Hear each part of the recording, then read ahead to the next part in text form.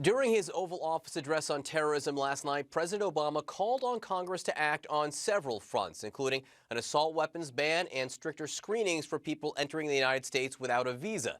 Joining me now from Capitol Hill is Arizona Republican Senator Jeff Flake, a member of the Senate Foreign Relations Committee. Senator, the president also called on Congress to move ahead with the authorization of military force against ISIS. You have been calling for this for some time now. You proposed a bill to do just this. So what's the holdup?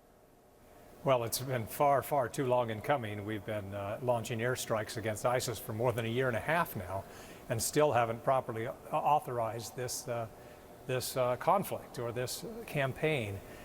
So we're glad the president is calling for it now. Congress needs to move ahead.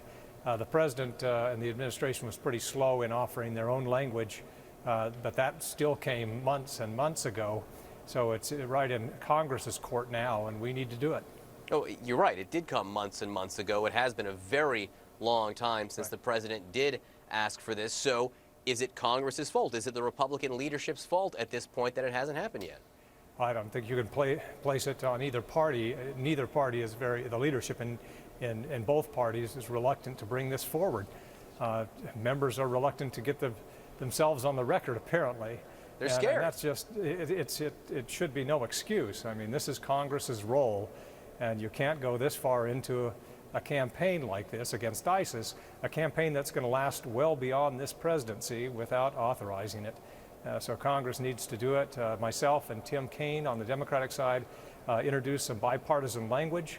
It may not be perfect. If people want something different, then use it as a starting point. But let's just get something done to authorize. Our allies need to hear it. The troops in the field need to know that we're behind them, that we speak with one voice. And certainly our adversaries need to know that we do as well.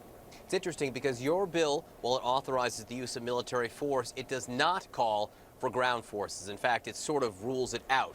But in a new CNN ORC poll, 53% of Americans say the United States should send ground troops into Syria to fight ISIS. 45% say no. This is the first time it's been a majority in our polling. So do you think it is time now to consider ground troops inside Syria?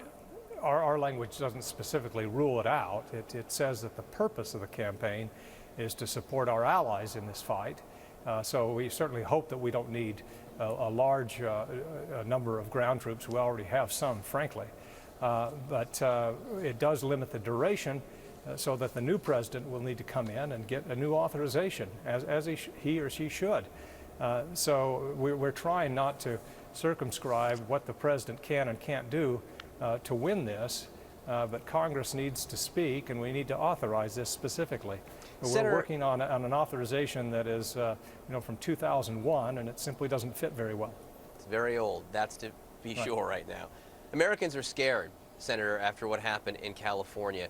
How do you explain to them how what you're proposing would stop the California-style attack? Because those attackers, yes, ultimately the woman did apparently pledge allegiance to ISIS, but the man had shopped around some. Our sources are telling CNN he had looked and tried to contact people from Al-Shabaab and al-Nusra. So maybe you can still defeat ISIS, but aren't people, perhaps proposed terrorists, going to find someone else to follow?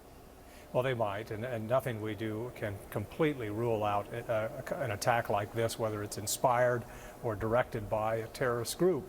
But we know that ISIS is kind of the main source of this inspiration right now, as it seems at least. And so the best thing to do is to defeat ISIS, and that's what we need to do. That's what we say we want to do. That's what we say our goal is, but we're not making very much progress in that goal. Senator Jeff Flake, thank you so much for being with us. Hey, thanks for having me.